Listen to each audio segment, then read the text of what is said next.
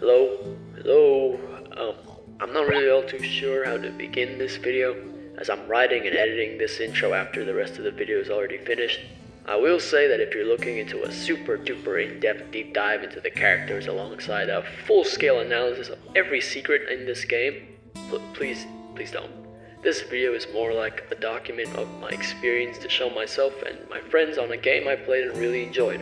So I hope you enjoy this video somewhat and sit yourself down while I yap for an hour about medicine. Shit! Can you hear this?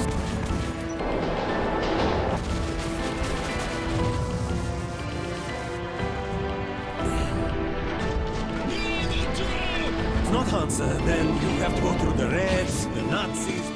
You reap what you sow, Artyom. Force answers force. War breeds war, and death only brings death. To break this vicious circle, one must do more than just act without any thought or doubt. You will be stopped. Hey, by the way, this is the 2014 Redux version, which was the only one I could get through Steam, as the classic version from 16 years ago is unavailable. So if I miss out on any content and you're a Metro Classic purist, I'm sorry, don't eviscerate me. To start this story, we are shown the end.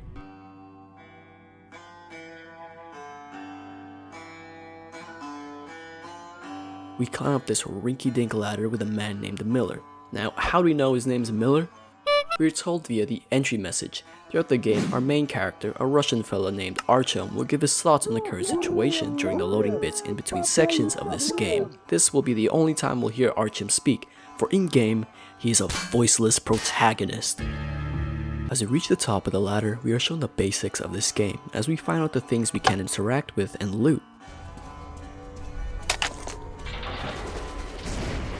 Check those crates for ammo and med packs. Ready, Artyom? Follow me. Reaching the surface, Miller warns us to put our gas mask on, as without donning the gas mask, we would essentially be dead. Talking about being dead, I spot an ominous figure shadow stalking Miller and I, and by the time I looked up to it, it had already been staring at us for a bit now. But before we could do anything, Miller had shot it dead. But this brought more of its buddies over, of which we easily dealt with.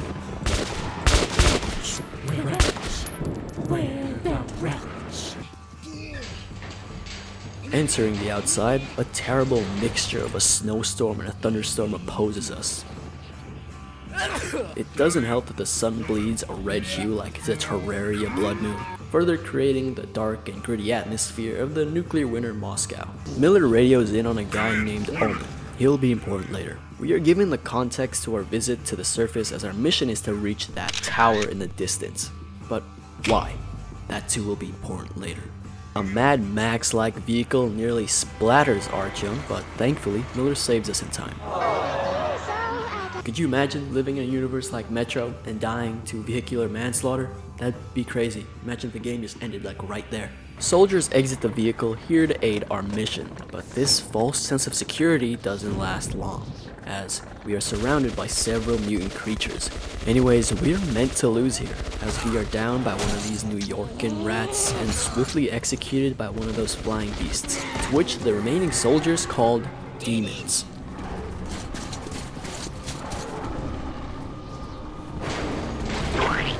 But before we died, the screen cuts to black. So did Artyom really die?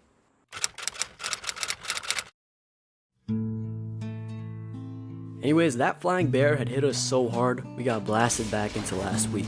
We are greeted by Artyom's adoptive father, Alex, who interrupts Artyom while he looks at old photos of the world before nuclear annihilation. What I genuinely love about this intro sequence is how it characterizes Artyom without him needing to speak. Now I know he speaks in the loading screens, but just by looking at his room, we can already see the kind of person he is.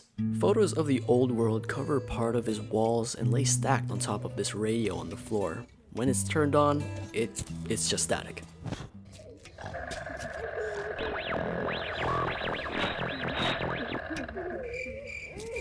It's safe to say that Artyom yearns for a life out of these cramped and dingy tunnels that him and his people are forced into, or simply yearn for a life of adventure, or he's just a scalper for old world photos. It's really up to you to decide, I guess. Or read the book, I don't know. Throughout the walk with Artyom's father, we can really feel how disgusting the atmosphere is. The walls are draped in filth, let alone the floor being equally as gross. People are heard crying in the distance, and most notable of these voices are one of a baby's. To describe this place in one word, it would be hopeless. To further add salt to the wound, a doctor who reports to Alex, oh yeah, by the way, Alex is kinda special around here. He's a high-ranking official in this part of the metro, so all these little plebeians look up to him for guidance. Anyways, one of the metro's doctors report that The station can't survive much longer if these attacks don't stop. We must do something. and as we walk up the stairs, he exclaimed, The Dark Ones will kill us all. We'll see what Hunter says. these Dark Ones this doctor speaks of are referring to this external force that is beyond a simple mutant. Or worst case scenario, this guy's just racist. These attacks he speaks of may be alluding to these Dark Ones or mutants, but it may very well be both, judging by the decrepit state this metro is in. Another patrol was attacked last night. The hospital's full. Walking past the medical room, we are greeted by a cacophony of anguish. As the injured cry out, we are hit with the reality of just how strong this enemy is and the human cost of this violence. Past the medical room, we stand ready for his arrival. Whose arrival, you may ask? That is the arrival of Alex's brother and Artyom's uncle, Hunter. Now settled in, Hunter hands Artyom a postcard of New York City he bought from a merchant. Artyom, I met a trader selling old postcards of New York City. I thought of your wall. Further solidifying Artyom's character in this universe as other characters such as Hunter, as he knows his likes and dislikes, and it's just generally a thoughtful gift. So now all you're thinking is, oh wow, what a sweet guy. Hope nothing bad happens to him. Jump scare! A mutant attack hits the base. The overgrown rats pour out from the conveniently sizable vents and attack us.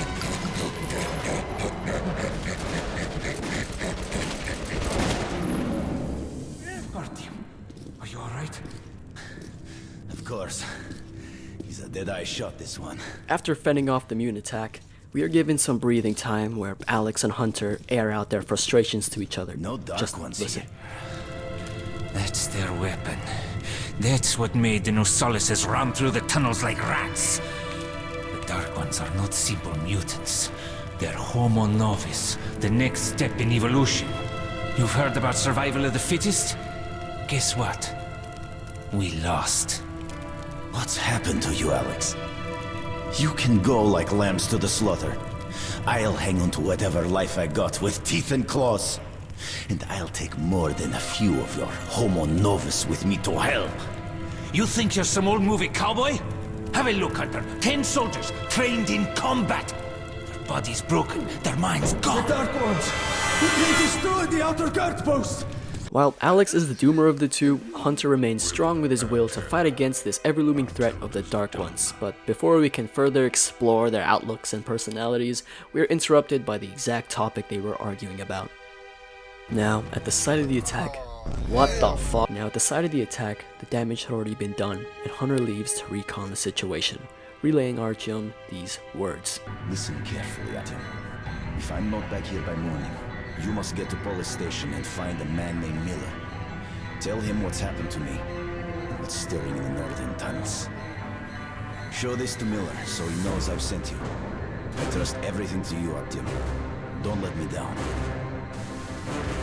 If we are to survive, this threat must be eliminated, no matter the cost. Eliminated. Understand? Can we all hold hands and unanimously agree that Hunter is a D1 auriformer, like from the get-go? Like, he's just sitting out in the cold, all cold like, and when our sad sack of a stepfather starts saying stuff about how humanity's cooked because of the Dark Ones, like, he is standing up for us, and he doesn't give a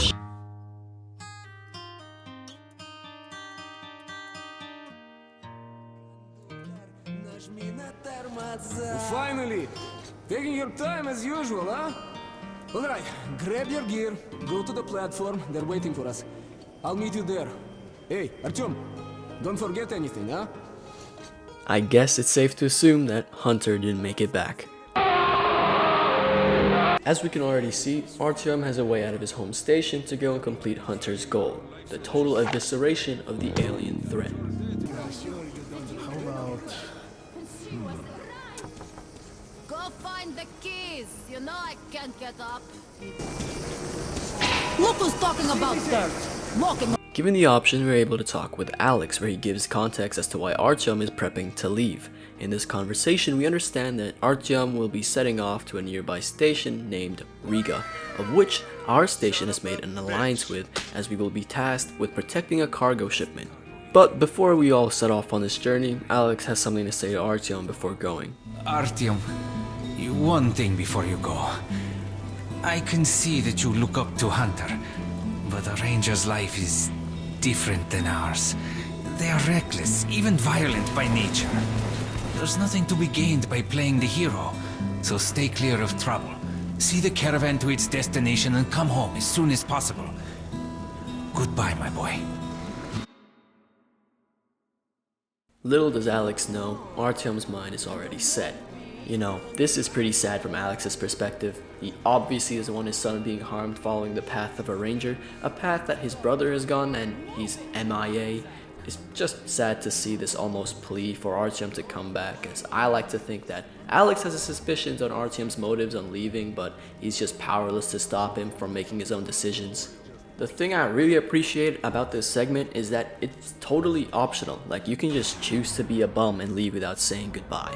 Settling ourselves in, we are acquainted with the other passengers, but we are soon interrupted as we are forced to head through a different direction than originally intended. Peter, what's up? Military caravan got stuck near Alexeyevskaya. Now, instead of going through the nice and well-lit tunnel, we are funneled into the definitely not evil tunnel of death and doom. Now, after some wholesome banter about, And you have to go through the Reds, the Nazis, or your regular bandits. we are then mind-boggled by one of those stalker anomalies, but since Artyom is built with the mental fortitude of a Tibetan monk and the help of Hunter from the dreamscape, he wakes up and fends off against an oncoming horde of beasties. Given the fact we are a bit more comfortable with the gunplay since the intro, I have to say it's pretty good and holds up after all these years. Anyways, all that fancy pants shooting does not matter as we are then pushed off, but thankfully by some stroke of luck we aren't devoured by the horde. Despite now being shot at from the other end of the tunnel, Artyom does some Matrix shenanigans and end up safe before becoming bacon. Come here, quick! Don't use the flamethrower! Give him a chance! And just like that, we made it to Riga. God damn! Can somebody tell me what time it is? If you're wondering why this entire chapter of the game is named after alcohol, it's probably because when you come to, you're downing a few drinks with the guys you saved from that anomaly. Yeah, no. A kid tells us of a man expecting us, and we follow him at the cost of ammo. Are you Artyom? Hey, I'll guide you there for one bullet. No. I really enjoy how this game setting even has their own sort of currency system that the people follow, like other post-apocalypse games, like with Fallout's caps. Like, I mean, paper bills will probably be used for like toilet paper in this world, and bullets are pretty useful. We follow him after paying, or be a bum and deny a child a few bullets, and find a man named Bourbon, of which this chapter is named after. Everybody calls me Bourbon. In this part of the game, I'd like to highlight how the aesthetic and the living situation of this world is furthermore explored in the Riga station. They have a cramped slum-like housing with exposed outhouses that flies gather at, and a whole lot of poor people asking for a little scratch. Give enough hobos your money and you get an achievement for it. Pretty cool. Bourbon, being the real one that he is, hands us a few bullets before we are on our way closer to Police Station. Making our way through a hidden passage, we exit into the tunnels and loot a few corpses, of which I'm not even sure YouTube would be fine with me showing. Oh my but I'm doing it anyway. While some more looting, I'm forced to fight these crazy fast freaks, with which I'm sure this enemy will never annoy me again in this game. Reaching the end of the tunnel, we then find some fresh, tied up corpses. Who could have done this? It's caravanners. They're all dead. I know that style. Bandits. With Bourbon teaching us the basics of stealth like avoiding broken glass and sound alarms, we enter the following room and find the culprits. Judging by the state we found the people outside, it was up to us to make things right.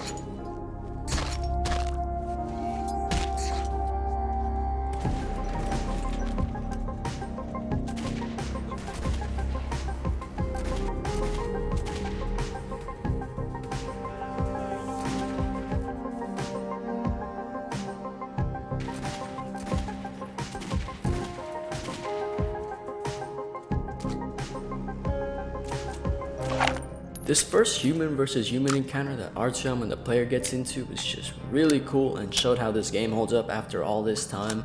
What really got my attention in these human segments is just how diabolical these ragdolls are. When enemies are killed, they're given a mixture of death animations and just straight ragdolling like other games, paired with the gritty atmosphere and how heavy they feel. Like, damn, that guy didn't even have a chance. Like, we can even see this guy having some post-mortem twitching. Like, damn, that's dark. On top of the realistic ragdolls, the dialogue of the enemies between each other during combat is really cool and sometimes unironically funny. After blitzing through that group of degenerates, we eventually hit an opening where we fight some more beasts.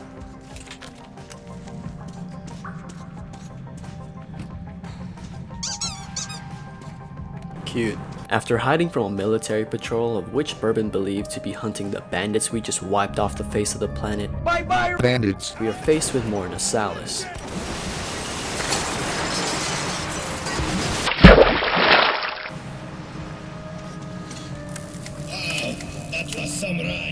After all that fighting mumbo jumbo, we then enter a room full of corpses.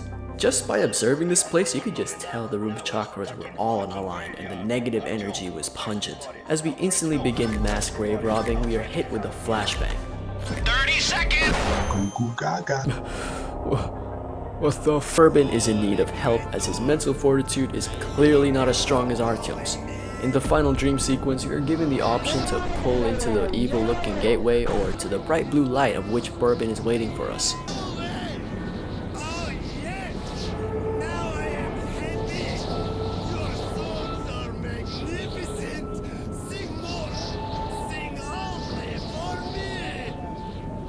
Oh, and a dark one helps us, I guess.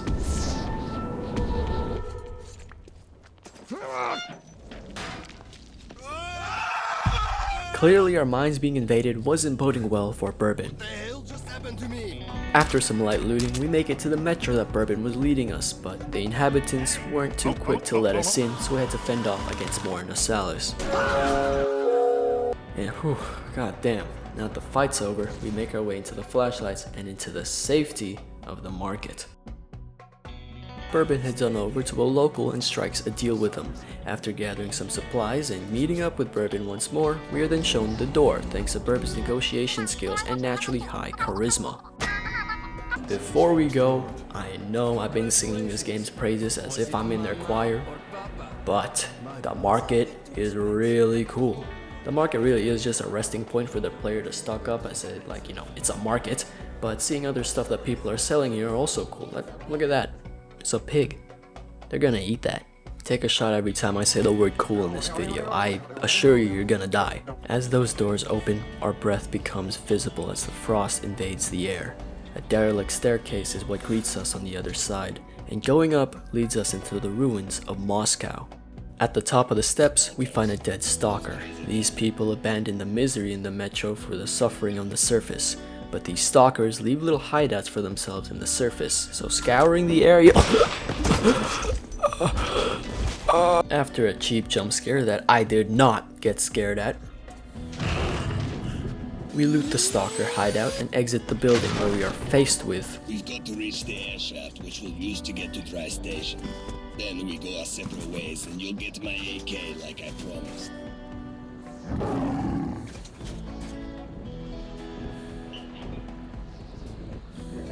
Hey, kid. Some people call these demons, I call them bitches. So that's the dead city. Welcome home, Artyom. Artyom attempts a jump that Bourbon easily cleared, and we end up embarrassing ourselves in front of Bourbon as we not only slip but also contract some radioactive brain-eating amoeba. So now we're essentially split up and forced to find each other again, but no matter. There won't be any oversized rodent that will stop Artyom from completing Hunter's mission. Okay. After tripping out some more and having voices in our heads, we then turn a corner and we see a dark one stalking Artyom. After blitzing through more enemies, we are forced into a quick time event in which we are meant to kill this mutant, though as I'm on the hardest difficulty, I don't get the privilege of a HUD or any instructions, so distinguishing a cutscene from a QTE gets a bit blurry, as you can imagine.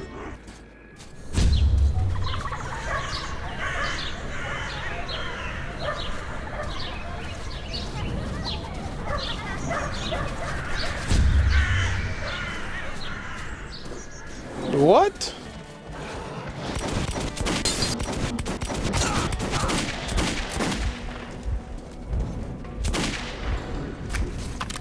Whoa. As we continue to cut through the beasts, we hear signs of others, who we assume to be Bourbon. We also spot another dark one. This time, it's observing a long dead corpse. What the hell? What the?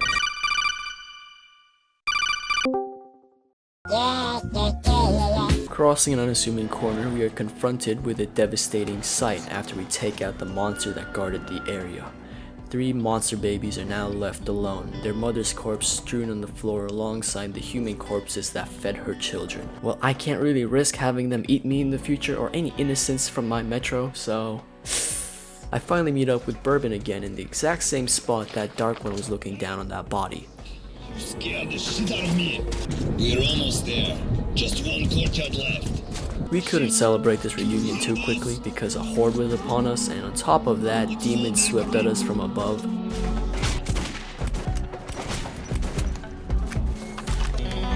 But one of these demons had busted down a gate in which we escaped through.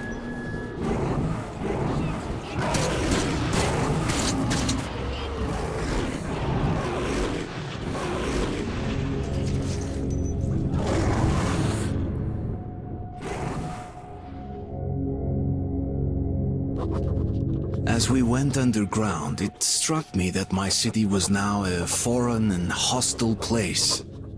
I felt safe here, in the darkness of the metro. It's really telling how bleak the world these people live in and how Artyom calls the metro a safe place compared to the surface. I'd like to believe that 99% of people watching this video right now wouldn't want to be living in some sewer tunnel to avoid the sun, unless you're like a mole person. It's ironic that after Artyom talked about the supposed safety of the metro, we are put into a station that is run by bandits. The same sort of men that killed the caravanners from earlier. Anyways, not even like 2 or 3 minutes in, they already kidnap Bourbon and start beating on him, but the sound effects they use sound like they're pulled from those cartoons that use automatopoeia for action scenes. Take me to your boss. I have business with him. The boss? But of course! Then to the boss it is! Where else would you like to go, huh? Okay, that's enough! You're right, man. That is enough. This level of Bourbon disrespect would not go unpunished. Hey, but at least we got Bourbon's AK, so I guess he unintentionally followed through with his promise.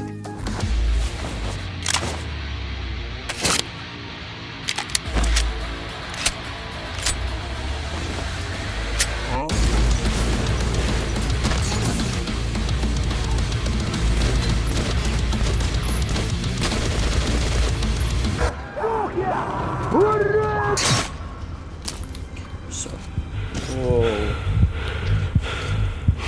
Okay.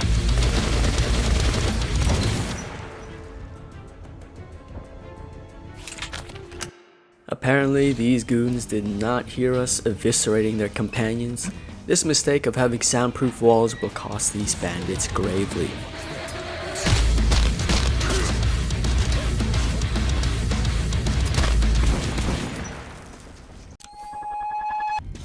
What did you bring with you, bastard? Answer, сука, or I will shot you up! What? Who is it? Who is it? One eye! Hypocrite Bourbon who? Artyom! Who the fuck?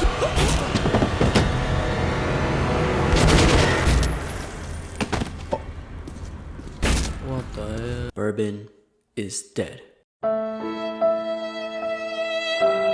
But before we fully process the tragedy that just took place, can we roll that back a bit? What? Ghosts! Or the game just expected me to stealth through all that. But right after we lose our name of the previous chapter, we are met with a man that this chapter goes by, Khan. Like a ninja, he descends from the ceiling and gave Artyom the option to either stay and die, or go with him and live. Come with me if you want to live. I mean, it's pretty simple, really. Now, from first impressions, Khan gave me the vibe of a person who is very spiritually in tune, but we were just about to discover just how in tune Khan was with spirits. I know this tunnel, and it knows me.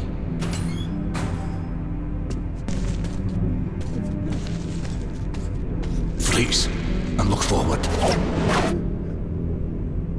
I don't think the word who is applicable here.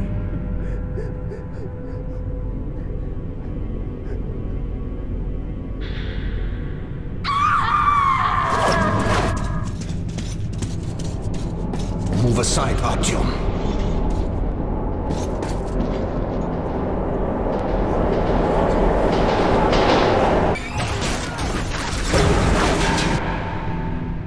This tunnel has to relive its past over and over again, and those who were unfortunate enough to walk here at such a moment usually join that past. So, as it seems, Khan knows something about this tunnel that Artyom and the player is oblivious to.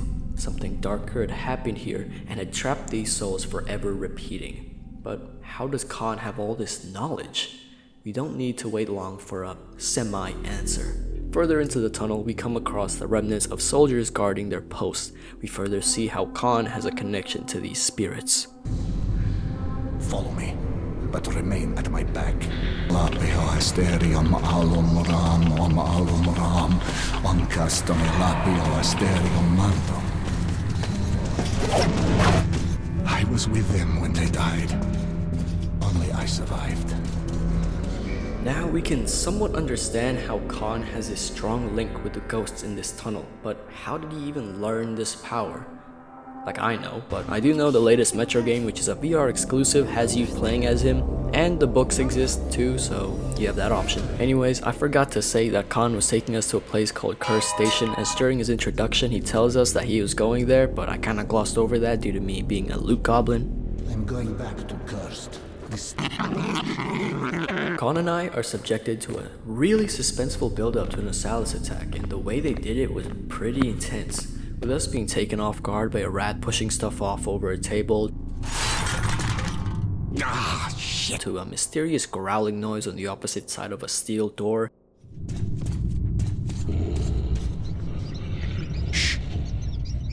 Right after that door is opened, a corpse slumps out and the beasts from within flood from the front and side. Hello there.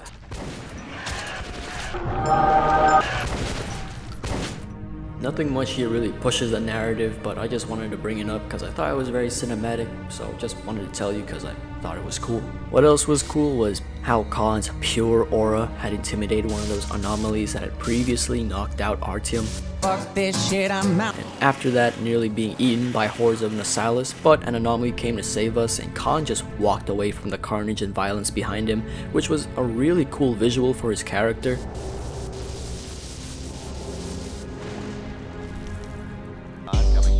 We then reached a cart of which we were headed towards Khan's destination and further towards Artyom's mission.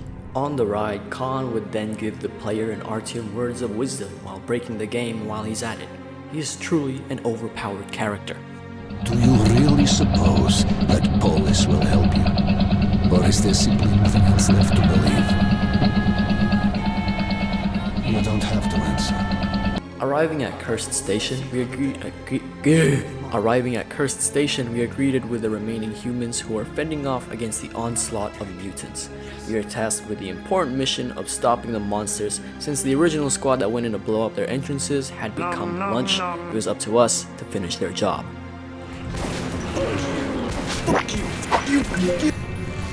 Thanks for the shit, my hero. I need it. Cool guys don't walk away from explosions, they'd run, cause they'd be dead and I'm running for my life. Oh, my ears. I'm still needed here. The tunnels have collapsed. If you still want to get to Polis, you'll have to take a detour. You can get to the armory from here, and afterwards you will have to go through the stations belonging to the Reds and the Nazis. So, as for now, Khan and Artyom would have to part ways. During one more appearance from his ghost friends, Khan gives us more words of advice and instructions in maneuvering our next location, the Red Station. Bars. At the smithy, look for an acquaintance of mine, Andrew the blacksmith. Mention my name. He'll give you a hand. Here in this room, we are presented with a devastating yet beautifully human part of this world. A candlelit shrine that commemorates the loss, making us the player realize the depressing situation that everyone in the metro finds himself in, more than we usually do. Look at this place. It sucks. In this section, we are given the option to just nab the bullets that people had left for their fallen, but to be honest, as much as a loot goblin I can be, I don't think I want to be that monstrous. Until we meet again. Goodbye, Artyom. We descend further into the metro and properly part from Khan. After some wandering, we are held at gunpoint before being let through into the... Come in, this is a free station. Passing by the guards, a stranger gives us some words of wisdom. Careful, kid. Our free station is under the watchful eye of the Reds. Paranoia is the new game in town, so keep yourself below the radar. You understand? Entering the station, we overhear something we aren't meant to. Got the bullshit! Prepare for inspection. Oh, I'm always prepared for this. Doctor, could you check my prostate while you're at it? Hush! And who are you? The comedian's boyfriend! Put your hands out!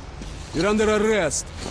We are instantly arrested without being able to defend ourselves. Well, that's if Artyom would ever choose to speak to another soul that isn't the loading screens. Oh, come quietly.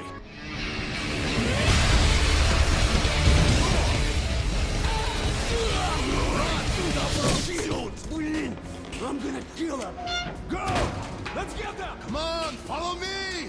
Our survival is now up to Baldy and his directions. We avoid constant gunfire and it seems this guy seems to know what he's doing.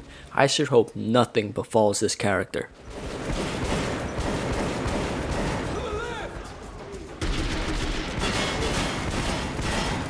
After he gave us his last directions, we are then found by Khan's buddy.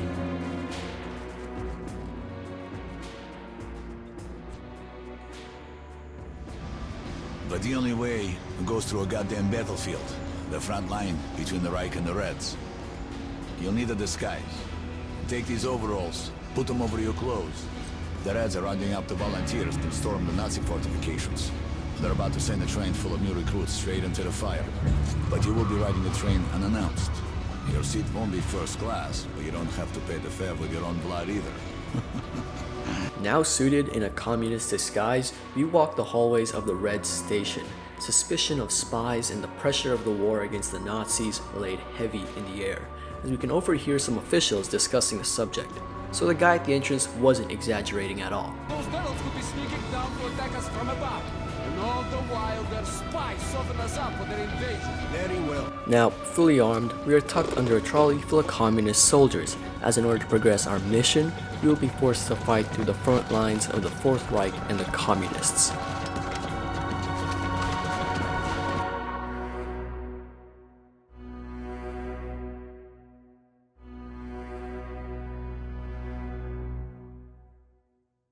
Now, in all honesty, this might just be my favorite chapter in this game.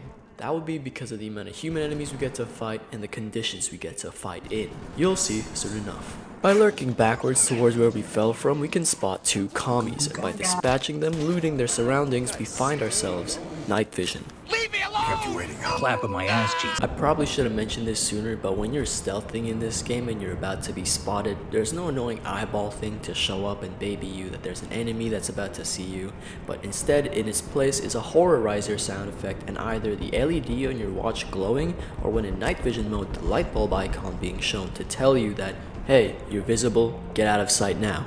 Or on the other hand, you can turn the tide against your enemies by limiting their vision. Shooting out the lights and keeping your flashlight off keeps you hidden better. Who would have thought? With these mechanics in place, Artyom is turned from a poor Russian boy hiding in some downtrodden metro into the Slavic version of the Punisher.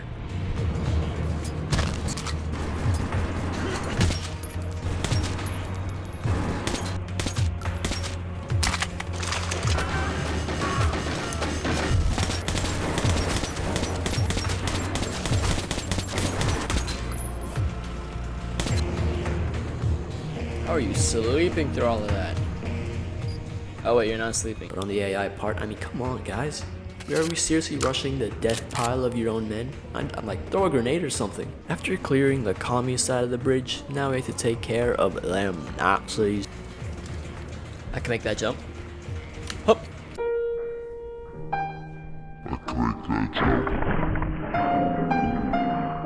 This misstep will eventually lead us into helping some prisoners held by the fascists.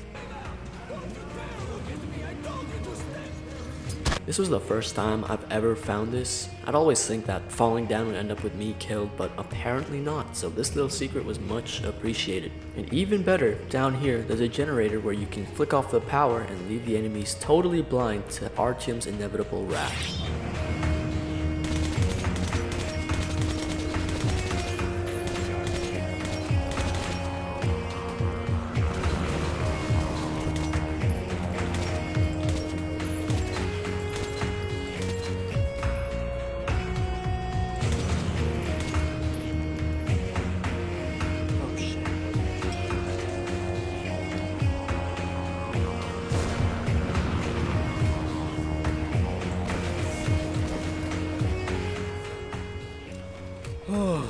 You will eventually be more acquainted with these Nazi carts soon enough. Do you even see me?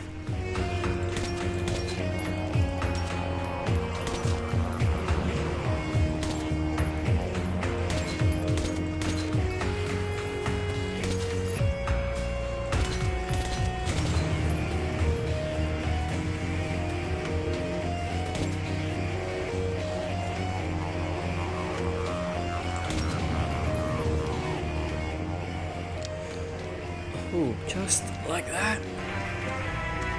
Somebody shut that shit off.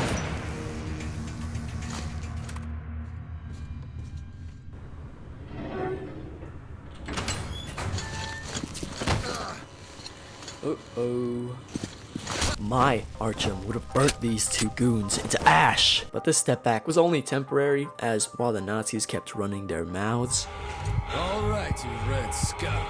Offer a prayer to your marks or whoever. Shut the fuck! Hey, maybe if you beg, you'll think about killing you quicker.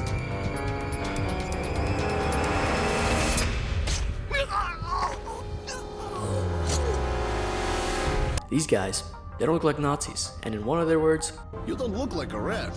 and even better, you're bonded between with a message from Hunter. Who the hell are you? That's Hunter's token. I'd better take you to Miller. Whatever message you have, save it for him.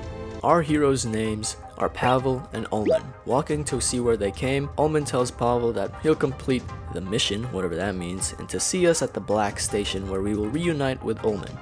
Walking further, we see what we'll be using to progress. A whole gunner cart. This is where Ullman takes off, and for us to use the cart to trick the Nazis to get by silently.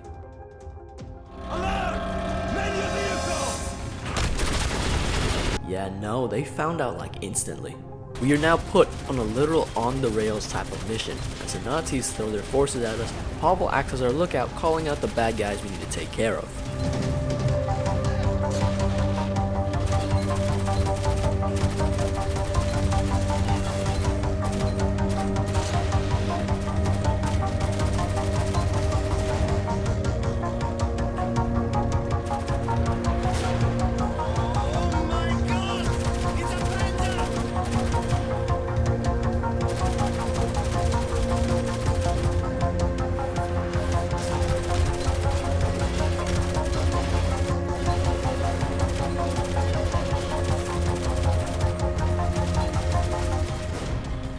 After surviving a literal tank, oh my god. After surviving a literal tank and an ambush, we somehow, someway escape with our lives. Pushing through a barricade into this pretty frozen part of the tunnel, we push a train that occupied the rails into the icy waters below.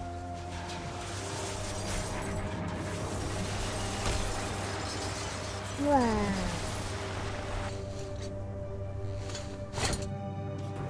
That's kind of funny. Now finally at our destination, we find the real cart that Ullman was referring to. You'll take him in the armored car to our real car. After ducking under some inconveniently placed obstacles, we begin to enter the station that Ullman said should be deserted. Listen up. We'll be approaching a station soon. It should be deserted, but be ready for anything. Light! Someone must be there. His point is disproven not even a minute later. We then are forced to do the slowest drive-by shooting in Metro history.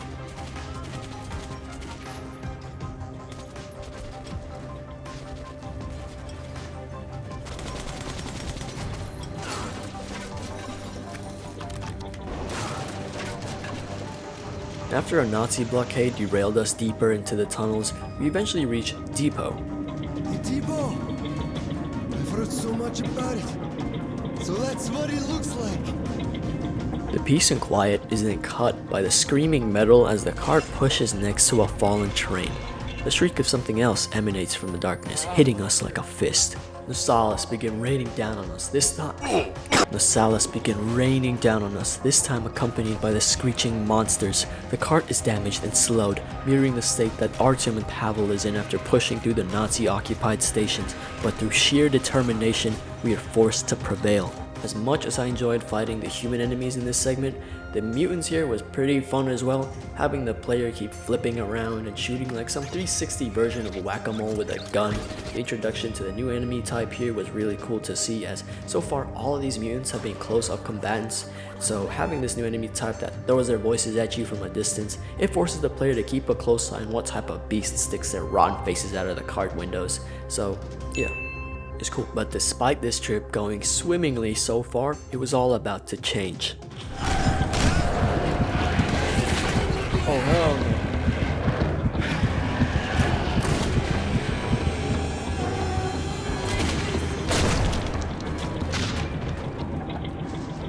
His last words of defiance being, "Take this," as he blows up in a blaze of glory. It's a sad sight to see. A good man died that day. He will be remembered. Hey bro, watch your jet. Watch your jet, bro. Watch your jet! After that daring escape, we find the deaths of Nazi soldiers, of which the player can just ignore. But I think the story it tells here is kind of cool. One of these guys are dead in a claustrophobic nightmare. His knife is plunged into the Nasalis next to him. He presumably died from his injuries during the scuffle. Not so far is the rest of his group. Hidden in a booby-trapped train cart, we find the remains of Nasalis and Nazis, all dead with flies swarming their corpses. Reaching the end, we find the final soldier. He's lit by the flickering headlamp on the floor. The body of the soldier laid still, his blood soaked into the seat he rested on closer inspection. Fuck. What the fuck? What a cheap ass jump scare. Anyways, we pick up Artyom's journal entry for this segment. In this entry, he laments the passing of his companions, the guy from the first tram ride, Bourbon, and now Pavel. He also questions his self-worth for inadvertently causing these people's deaths, as in his own words, he can't do a thing to save them. He also questions if he has the right to let others sacrifice themselves for his mission, and who gave him the right to do so, or if he even has it. He questions if it was Hunter or even the Lord, but at the end of the day, in his own words, he just don't know anymore. After that depressing note, we roleplay as a rat and crawl through this dingy tunnel. Reaching the other side, we encounter some men defending their home against a mutant attack, and they recruit us instantly to defend their station. Before doing so, their leader gives us a little pep talk before the slaughter.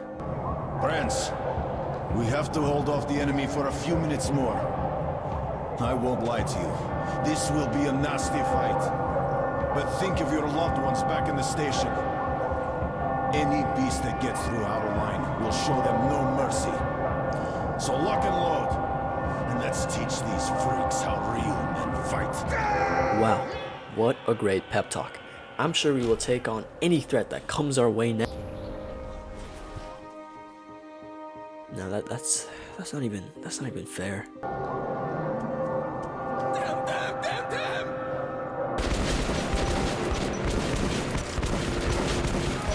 As the bodies continue piling, we are hit with another wave of pain. This time it totaled everyone else beside Artyom and the leader. The leader hands us a recording of an emergency broadcast that will warn Polis of the immune attack on the station. Being forced to leave the man, we venture into the station. The station arguably has the nastiest enemies known to mankind. Why are you so fast? These mole rats are the absolute worst, utilizing hit and run tactics on the player. It's even worse when they're in groups, but the thing is, they can't take a hit, so they kinda act like glass cannons. But the thing is, you will never know when one will strike, as this dingy hall is smothered in smoke as a raging fire eats up the station, so these little bastards sneak up on the player like they're Batman. Also, across this entire area, there are little holes they've dug, so you better know where you're going, or you're gonna end up at the bottom of a hole with a fat rat coming down to eat your cranium. After persevering through that hellscape, we find the corpses in the solace and a child barely mourning the death of his uncle, as it's reflected on Artyom's notes.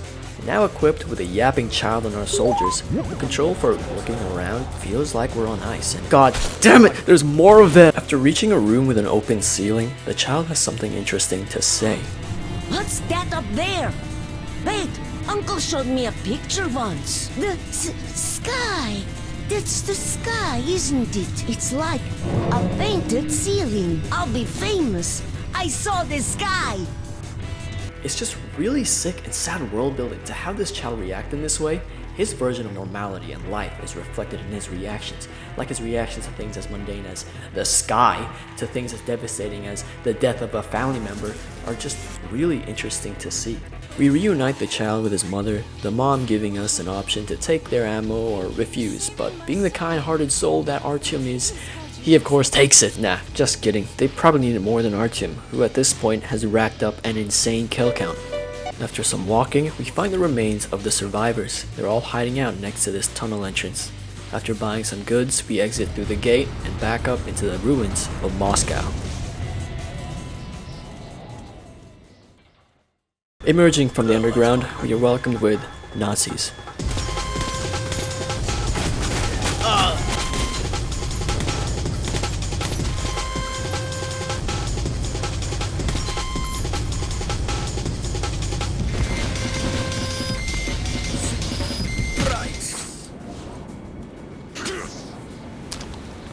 So past the fascists arriving at the top and witnessing a guy get kidnapped by a demon,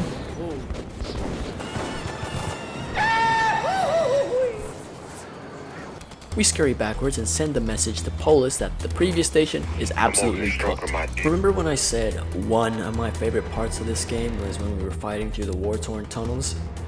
This is another one of my favorite parts, because fighting Nazis through the brutal winter in a destroyed Moscow building is pretty friggin' rad.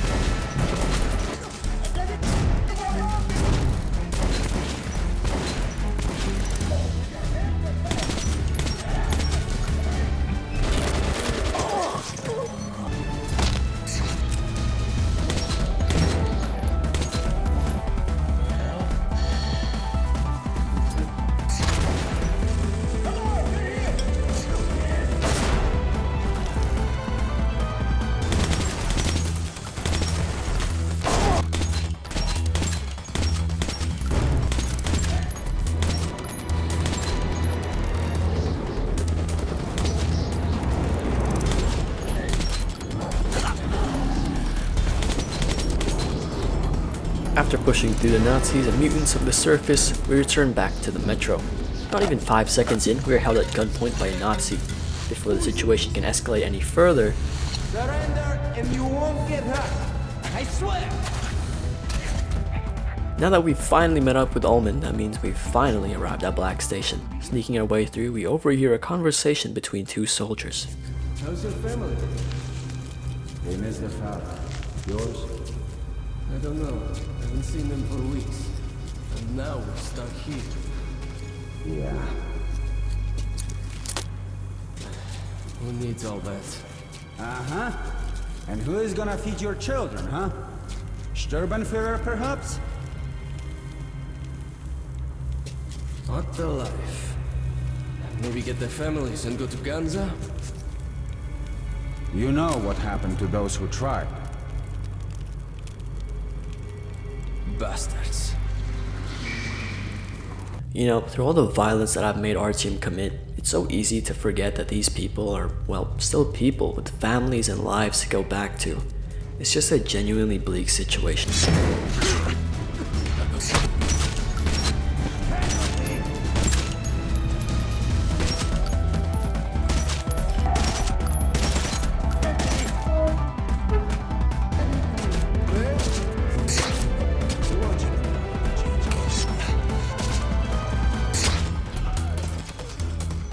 We finally meet up with Omen, and in his words, we'll reach Polis soon. Dozing off, we enter another trippy dream.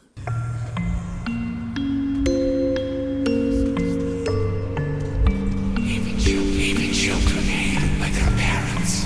Try to love and understand them. We wish to understand you and help you.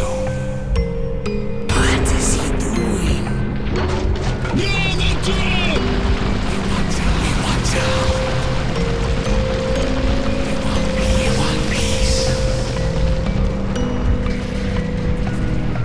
But that's the only exit. What are you going to do next?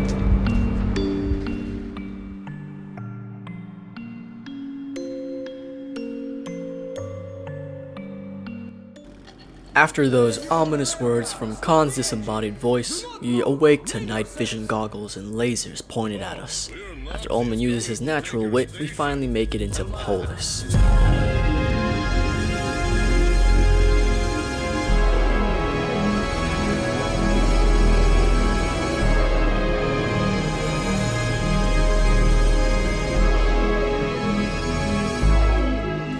Polis is unlike anything we've seen throughout this entire game. The tall ceilings are visible via functioning lights. There's just people lounging around. Men, women, and children are safe within these walls. Welcome to Polis. Where exactly are you from? He's from the exhibition. What, can't he speak for himself? I mean, this guy's right, but Artyom really only speaks through loading segments, so we finally meet Miller, the man that Hunter wanted us to find. Our mission here is finally complete. Well, thank you for bringing this to Polis. Was a brave thing you did.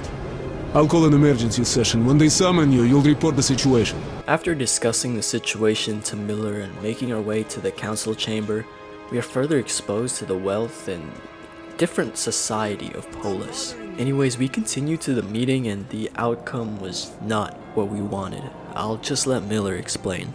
Unbelievable, Artyom! I'm stunned that the council has refused to help your station, but Polis is not the whole metro. Okay. Listen carefully. The Rangers have found several well-preserved missile bases near the city. The problem is that the missiles are supposed to be launched from the command center, D6. But we don't know where that is. There's a huge library on the surface. Dangerous place, but it contains a secret military archive. We must go there. So Polis wouldn't be of any use, but Miller already has a plan. Miller's plan is basically to just blow the Dark Ones to smithereens. These missiles could be found in the command center of D6, but the thing is, they don't know where D6 is, but they do know where to find the information on D6. They can be found in the library. We will be regrouping with Miller there soon enough. One more thing. When we go back, we'll head straight for Sparta base. My Rangers will meet us there. Let's go!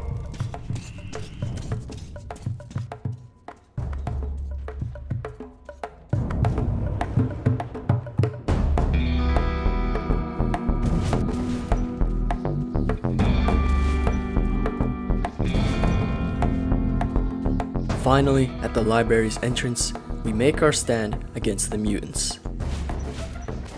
Now regrouped with Miller and a +1, we are hit with another wave.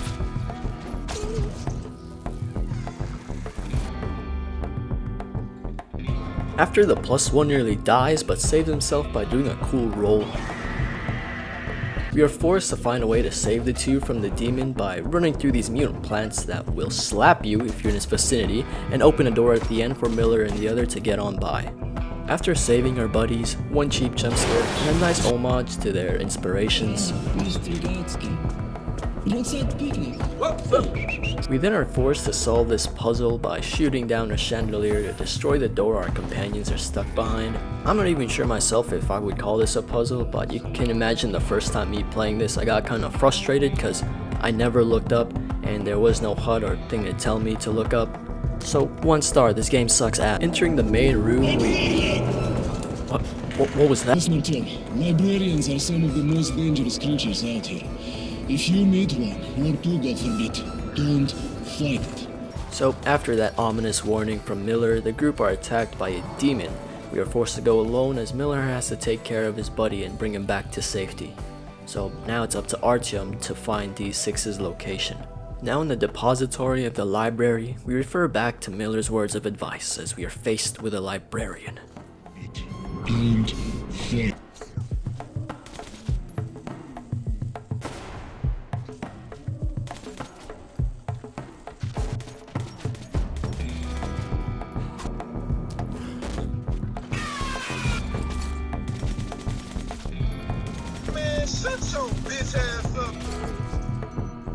After a scuffle between the demons and the librarians, we are forced into the archives of the library.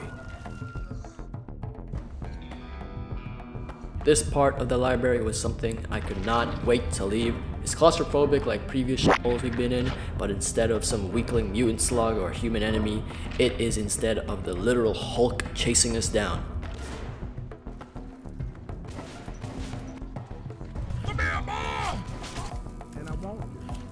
Now we can do this the easy way or we can do it the hard way.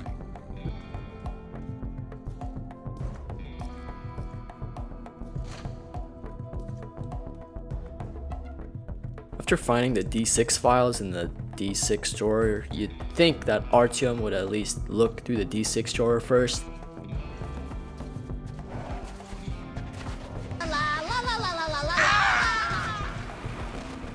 It's Ullman and Miller. Did you find anything? So, where are we going? To church. Artyom, does the name Ken ring a bell? Help us find you. I still don't know how you did it. Huh. Sounds familiar. Now in the safety of an actual car, we are sheltered under the Sparta's outdoor base, which is crazy as for the first time, we are properly safe in the surface. After sacrificing our previous weapons to wield cool new ones, we head upstairs to find Khan. Hello there, Artyom. I told you we'd meet again. It's a nice base the Rangers got themselves. I heard you received no help from Polis. What's your next move? Keeping silent, you're turning into a Ranger. Take a close look at the road you follow, Artyom, and be aware of how it might end. You reap what you sow, Artyom. Force answers force. War breeds war, and death only brings death. To break this vicious circle, one must do more than just act without any thought or doubt. Well, Artyom, I've been chatting here for far too long. It's time to go. What a bunch of hippy-dippy baloney. Now prepared, we saddle up into this functioning train and head out to D6. Get in!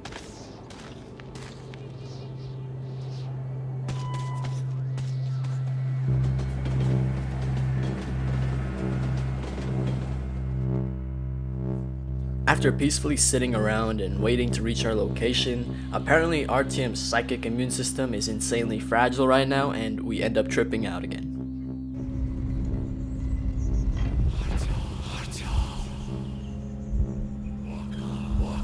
This time, we see a lady, a dark one, and Miller calling to us. Wake up! Artyom! Artyom! Artyom! I'm sure that doesn't matter at all.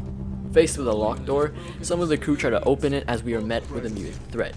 Instead of us being the one nearly being incinerated this time, we are the incinerators.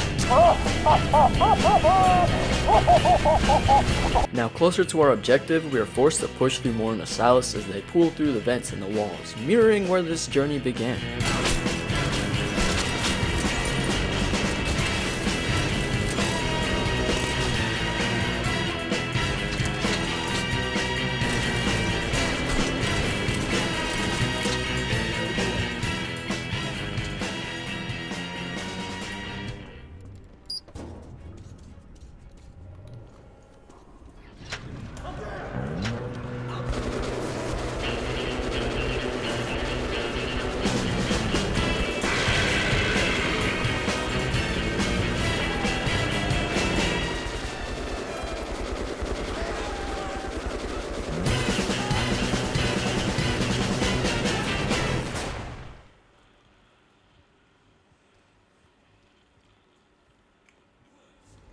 My friend, why?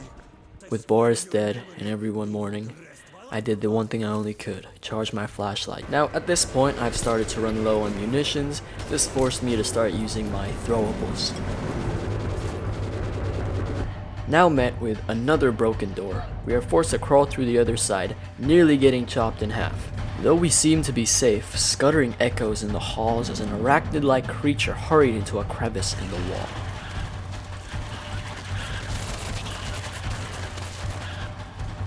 So I made it my sole purpose to get out of there as soon as possible. Like, you can see me visibly getting stressed as these freaks of not nature try to consume me.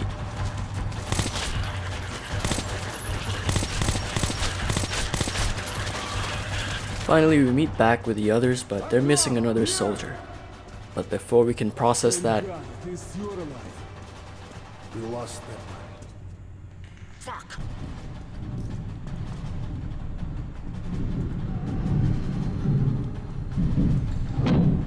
Well.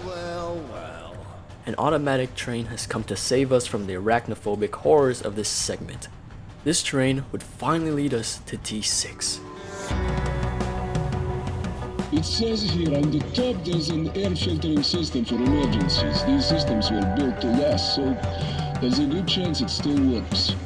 And once arriving there, we do some Simon Says with Miller to get the power operating in this place, and we finally do on this long forgotten station. Yeah, cool.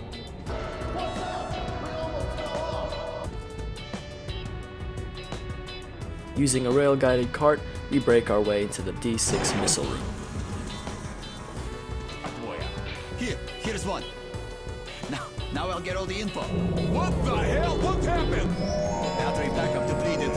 What about manpower? Our guy in the chair, Vladimir, tells us that we'd have to activate everything manually before committing any nuclear explosions. So, making our way further down, we are attacked by these amoebas. Taking the elevator further down, we see to what extent this infection has claimed the base. Shit, I mean, there's shit all over the place. It's disgusting. A cool thing I've come to realize is that by shooting the alien egg sacs before they can open up and spawn amoebas, they end up opening up, but they don't spawn amoebas, so freaking cool tip. Okay, this is the lift. I hope it still works. People of Metro, we are those who are called the Invisible Watchers. Bourbon, stop screwing around. Invisible watch. How can you believe in that crap after all this? Alright bro, as if we just didn't see you ready up in preparation for something. Now at the final elevator we descend into... What the hell? It's the Wall of Flesh! Now this segment of the game is honestly the most visually and metaphorically striking for me.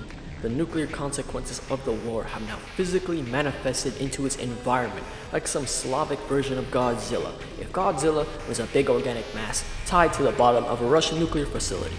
It's notable too that it manifested at the facility that houses nuclear arms, of which gave it life in the first place, and is fighting us to keep us from using it for our objective being to use it for more nukes.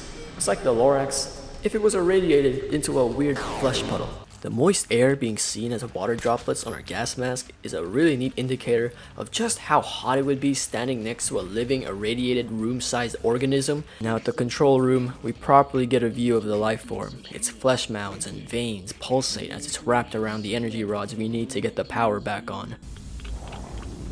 What the hell was that? Now this shit is fighting back. So this creature has a tighter hold on these rods than we'd like. And then Miller gives us the order to... Can you see the crane on the ceiling? Get to the cabin.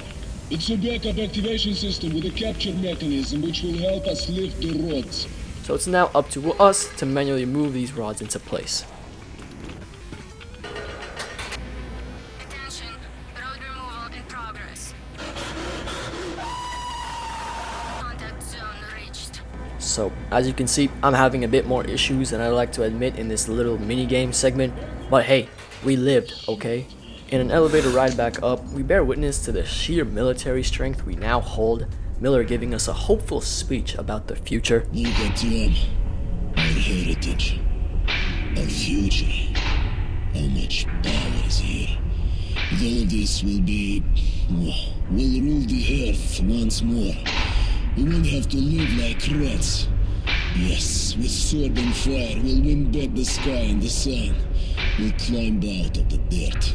Rebuild the cities. The metro tunnels will once again be filled with fast silver trains. Everything will be... everything. Now regrouped with Omen, we take the beacon that will send a nuke to eviscerate the Dark Ones and board the train. We are finally caught up to the events that led up to the intro. Same old story, huh? You saved the world while sitting waist deep in shit and nobody gives a damn.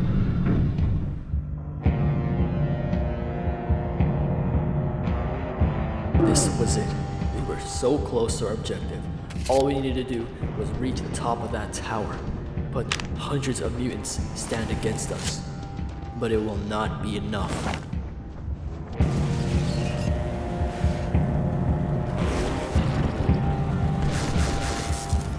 Artyom, are you okay?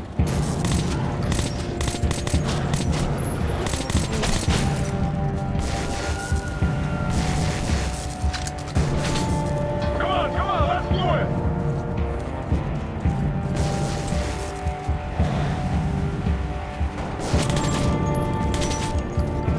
Come on, let's do it!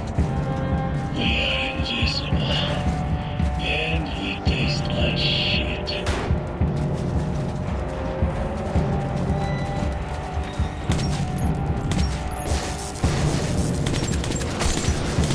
Alright, now quiet. Come on. Now at the base of the tower, Miller suggests rigging the elevator to send us to the top. Don't ask me how it works, I don't know elevators, but we just trust in Miller. Join the army, they said. It will be fun. Brace yourself.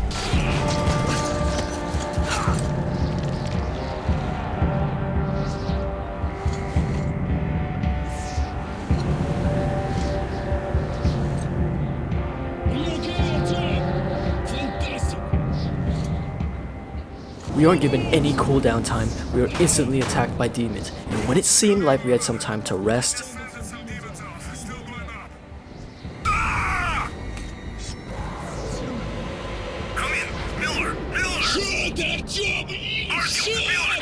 now with Miller being unable to continue, it is now only up to Artyom to complete the mission. Move, boy, move! Everything depends on you now. Now properly taking it in, we finally are above it all, above the ruins of Moscow and above the metro we began our journey in. After nearly becoming a splat on ground zero, we begin to hear audible hallucinations from the Dark Ones. He's here. He brings death. He's coming to destroy us. Looking into the distance again, we can spot some alien growth. This can only be presumed to be where the Dark Ones lurk. The music even emphasizes this, as the detection soundbite used by NPCs when they nearly spot you is used here.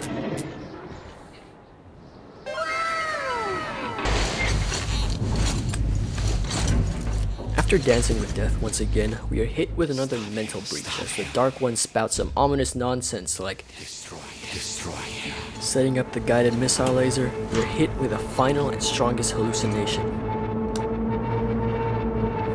Artyom, this signal is just perfect. Hold on for just one more minute and we'll get them.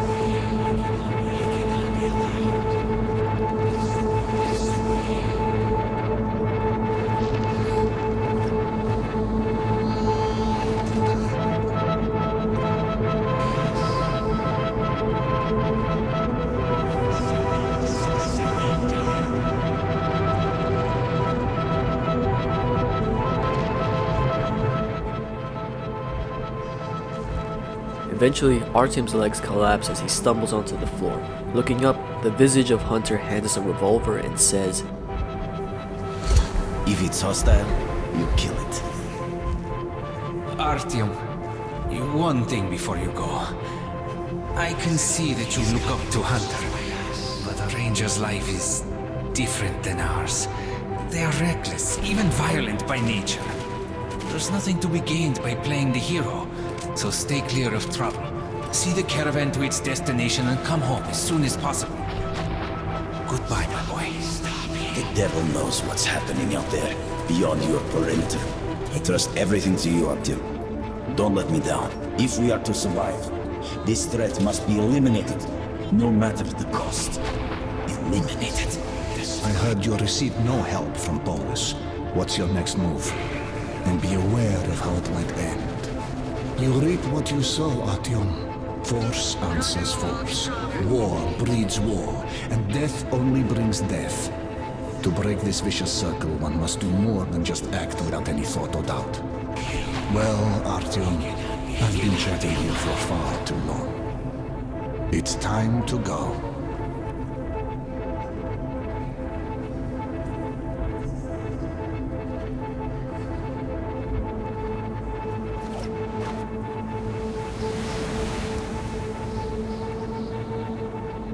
Procedure complete. Artyom, the missiles are in flight!